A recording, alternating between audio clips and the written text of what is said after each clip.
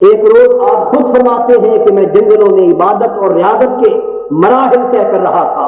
کہ یکایک آسمان پہ ایک نور چمکا، ہر سو روشنی اور اجالا ہو گیا۔ میں نے نظر اٹھا کے دیکھا، اس نور میں سے آواز آئی کہ عبد القادر، میں تیرا پروردگار ہوں، میں تیرا رب ہوں، تو نے اتنی کثرت سے میری عبادت کی ہے کہ اب میں نے تجھ پر اپنی عبادت سے تجھے آزاد کر دیا، اب عبادت اور اطاعت سے تجھے آزاد کر دیا۔ سیدنا غوث پاک فرماتے ہیں کہ مان میرے ذہن میں خیال آیا کہ آقائے کائنات سے بڑھ کر تو روحانی تکمیل کے مرحلے کسی نے طے نہیں کیے ہوں گے، لیکن ان ساری ولایتوں، ان ساری روحانیتوں اور ان سارے مرتبوں کے تقسیم کنندہ ہونے کے باوجود آقائے دو جہاں پھر بھی عبادت سے آزاد نہ ہوئے، بلکہ رات قیام کرتے اور مبارک قدموں پر برہم ہو جاتے، اور اللہ محبت کی خاص کے طور پہ یہ کہتا طٰہٰ ما انزلنا علیک القرآن لتشقیٰ، یارے تو ساری رات میری بارگاہ میں کھڑا ہو کر اپنے پاؤں پر ورم لے آتا ہے، اتنی تکلیف بھی دیا کر ہم نے قرآن اس خاطر کو نہیں بھیجا کہ تو تکلیف میں پڑ جائے۔ باوجود ان احوال کے اگر حضور سے عبادت اور شریعت اور اطاعت کی پابندی ثابت نہ ہو سکی تو مجھ سے کس طرح ثابت ہو سکتی ہے؟ آپ سمجھ گئے کہ یہ شیطان کا حملہ۔ فرمایا لا حول ولا قوت الا باللہ العلی العظیم۔ اسی وقت شیطان انسانی صورت میں متشکل ہو کر آپ کے سامنے آ گیا۔ شیطان کا حملہ ناکام ہو چکا تھا، وہ دست دستہ کہنے لگا کہ حضرت میں نے اس حملے سے ہزاروں اولیاء کو راہ راست سے پھٹکا دیا، اس راستے پر قدم رکھنے والوں،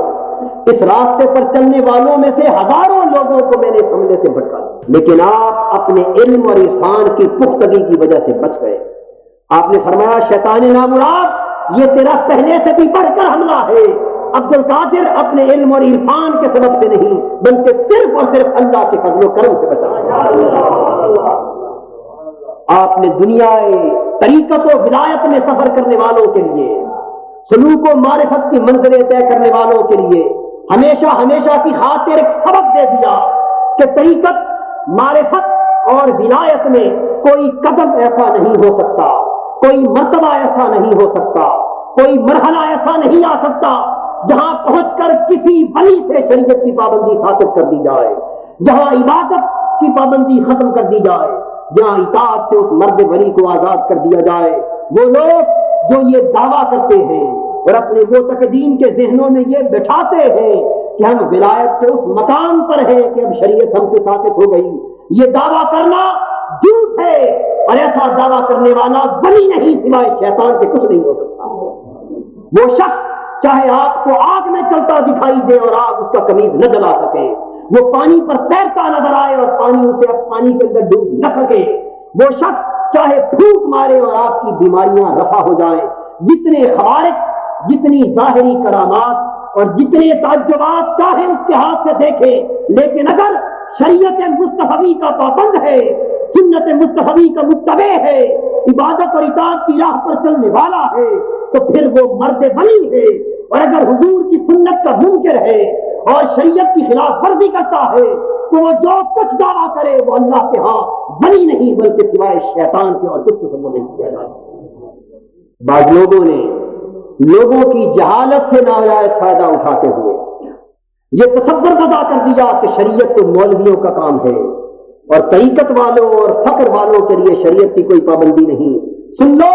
طریقت ہو یا معرفت یا ولایت، یہ سب کچھ شریعت مصطفی کے خادم ہے۔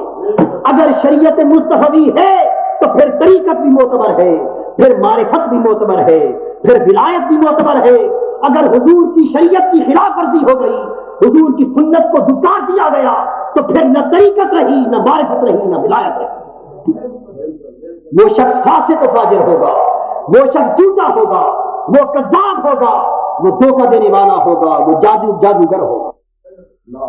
ولایت وہی معتبر ہے جو میرے آقا مصطفیٰ کے قدموں کے توسط سے آئے، جس ولایت پر شریعت کا لبادہ اڑا ہوا ہے۔